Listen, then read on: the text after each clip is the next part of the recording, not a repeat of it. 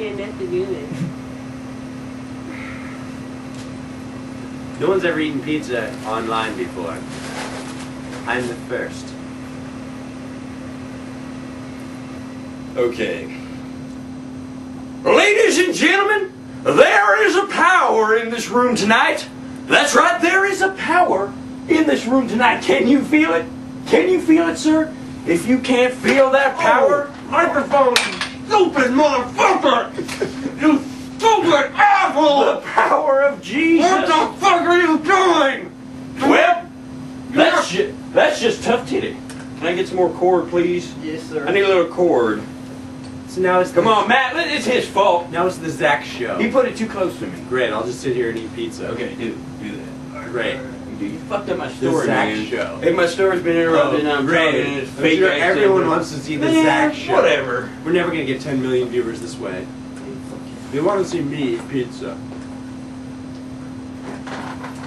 Whatever.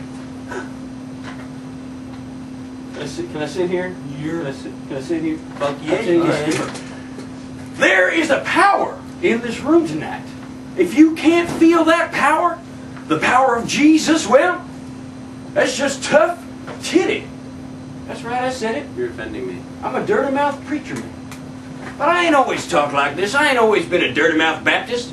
The fact is, I used to talk all regular like and such as y'all folks does. Why, I was even in the habit of practicing the Jew craft. But all that changed. It all changed one day. On my 18th birthday. Oh, heck, sure, there's a story behind her. Story of what happened on my 18th birthday. Yep. Story I likes to call the story of my 18th birthday. The date, January 10th, the year 2001. I just turned 18 and me finally being legal, I headed out to Magruder's Airfield to try my hand at a little skydiving. 18 years old. Thought I was invincible. Turns out I were crazier than a pig playing mahjong in a beaver dam. Well, I guess myself a ticket to go up skydiving, and about 15 minutes before takeoff, I dropped 13 hits of liquid acid into my tear duct, and next thing you know, I'm cruising 9,000 feet up in the tastiest banana berry prop plane on God's green and orange striped earth. Well, the instructor gets to give me a few pointers on how not to die, and I start to, You're really fucking me up, buddy. That's what she said. You're fucking me up, my That's friend. what she said. It's a two-person show. If you knew what that meant, you wouldn't be standing in front of me dancing, so I did what I had to do. Alright, I was wrong. I was wrong. I forgive you. Okay. Well, I'll just stop. I'm not going to finish the story. No, finish. I'm not going to finish Finish. it. I love it. No, you hate me now, Oh, man. Matt wanted you to do You it. fucking hate Matt me, is dude. our pig. I thought we were friends, and I just fucking jumped in front of you like We are friends. like I a dick at a bukkake party. Hello. That's what she said. You're my dog. You're my dog. They want you to finish, Zach. Okay, I'll finish. All right, I will finish. Where was I? Dick at a bukkake party. Oh, I just made that up right now, though. That's not part of the story. Liquid acid. Liquid acid. Look, I dropped 13 hits of liquid acid into my tear duct, and next thing you know, we're cruising 9,000 feet up in the tastiest sorry. banana berry drop plane on God's green and orangey striped earth. Well, the instructor gets to give me a few pointers, and I starts to asking him about the 7-foot-tall baby flying the plane when, before you know it, Mickey Rourke hits me in the face with a golf club made out of democracy, and the plane disappears. It was then that I started to fall.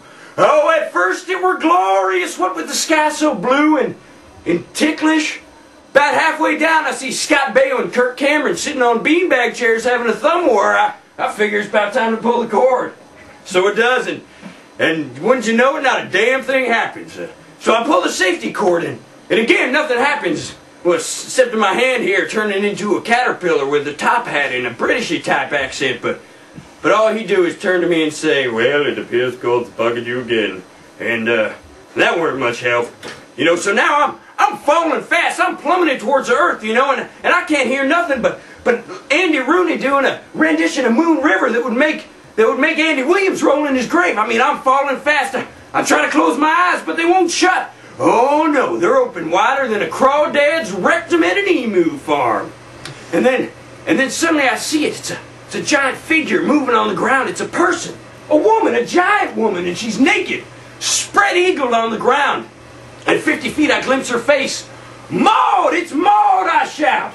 And then I splash, a mighty splash, into the vast and glorious ocean that is B. Arthur's vagina. I make my way up her fallopian tube into her womb.